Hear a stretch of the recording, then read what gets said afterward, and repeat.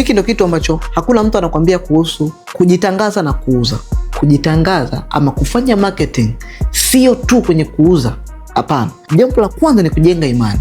Mthibitishie namna gani mtu anaweza kukuamini juu ya product ama service unayofanya.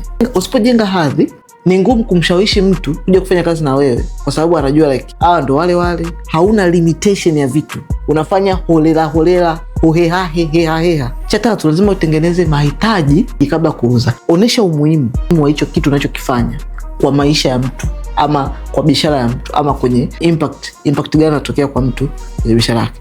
Alafu ukimaliza hapo ndio inakuletea mauzo. So marketing is not all about selling. Marketing is all about connectivity, kujenga brand yako.